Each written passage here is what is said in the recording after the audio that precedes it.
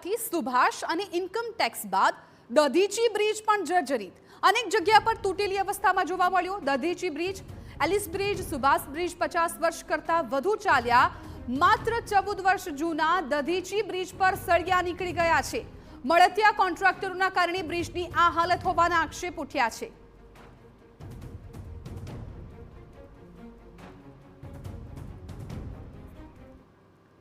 કે આ જે બ્રિજો અત્યારે જે બની રહ્યા છે નવા, એ બધા કાચા બની રહ્યા છે, એના કારણે જ આવું થતું હોય છે. તો બ્રિજ સારા બને અને એવી મારી આશા, કોઈને પબ્લિકને તકલીફ ના પડે. આ તો સારું છે, જતા હોય ને કાંઈક પડી જઈએ તો. પહેલાની સરકારોમાં શું હતું કે પર્ટિક્યુલર કોઈ ડિપાર્ટમેન્ટ હતું, બાંધકામ વિભાગ હતું તો એ લોકો જ કામ કરે. અત્યારે મોટાભાગના લોકોમાં કોન્ટ્રાક્ટ સિસ્ટમ થઈ ગઈ છે, એટલે એ હિસાબે કદાચ મને એવું લાગે છે આ મળતિયા કાં તો વાલા દવાલાવાના કામ માટે જ આ કરવું લાગે છે. અને નવી ટીપી, નવા બ્રિજો અમુક જગ્યાએ ના જરૂર ના બી બ્રિજો બન્યા છે, ના જરૂરની બી ટીપીઓ પડી છે. એટલે વાલા દવાલાઓ માટે જ બધું કામ થતું એવું મને લાગે છે. તો આ દ્રશ્યો દધીચી બ્રિજના છે કે જ્યાં સળિયા દેખાઈ રહ્યા છે. આપ એ લોકોને પણ સાંભળ્યા, સ્થાનિકોને કે જે દરરોજ આ બ્રિજ પરથી અવરજવર કરતા હોય છે. તેમનું કહેવું છે કે મળતિયા કોન્ટ્રાક્ટરોને કારણે અત્યારે બ્રિજની આવી હાલત થઈ ગઈ છે.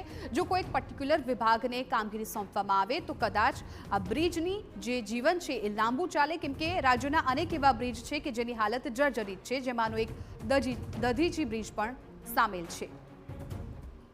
અમદાવાદના સુભાષ બ્રિજ પર તિરાડો પડ્યા બાદ હવે ફરીથી એ બ્રિજ બનવા જઈ રહ્યો છે, ત્યારે એ વિવાદ હજુ તો સમેટાયો નથી, પૂર્ણ નથી થયો. ત્યારે અમદાવાદના વધુ એક બ્રિજ પર કામ કેવા પ્રકારનું કરવામાં આવ્યું છે એનો ચાડી ખાતો એક બનાવ બનેલો જોવા મળી રહ્યો છે. અત્યારે હાલ અમે અમદાવાદના જે દધીચી બ્રિજ છે ત્યાં ઉપસ્થિત છીએ અને એ બ્રિજ પર આપ જોઈ રહ્યા છો કે કેવી રીતના મોટો ખાડો અને એ સિવાય સળિયા દેખાતા આપને જોવા મળી રહ્યા છે.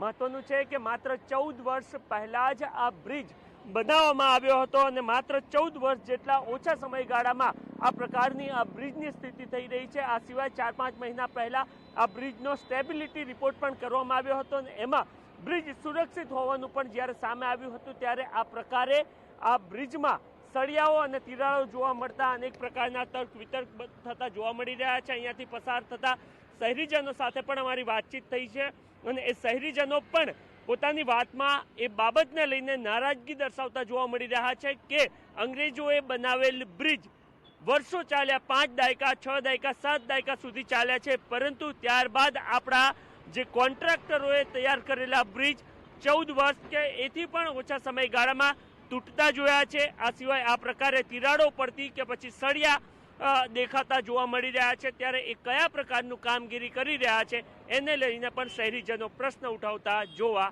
મળી રહ્યા છે. કેમેરામેન અરવિંદ સોલંકી સાથે નરેન્દ્ર રાઠોડ, TV9 અમદાવાદ.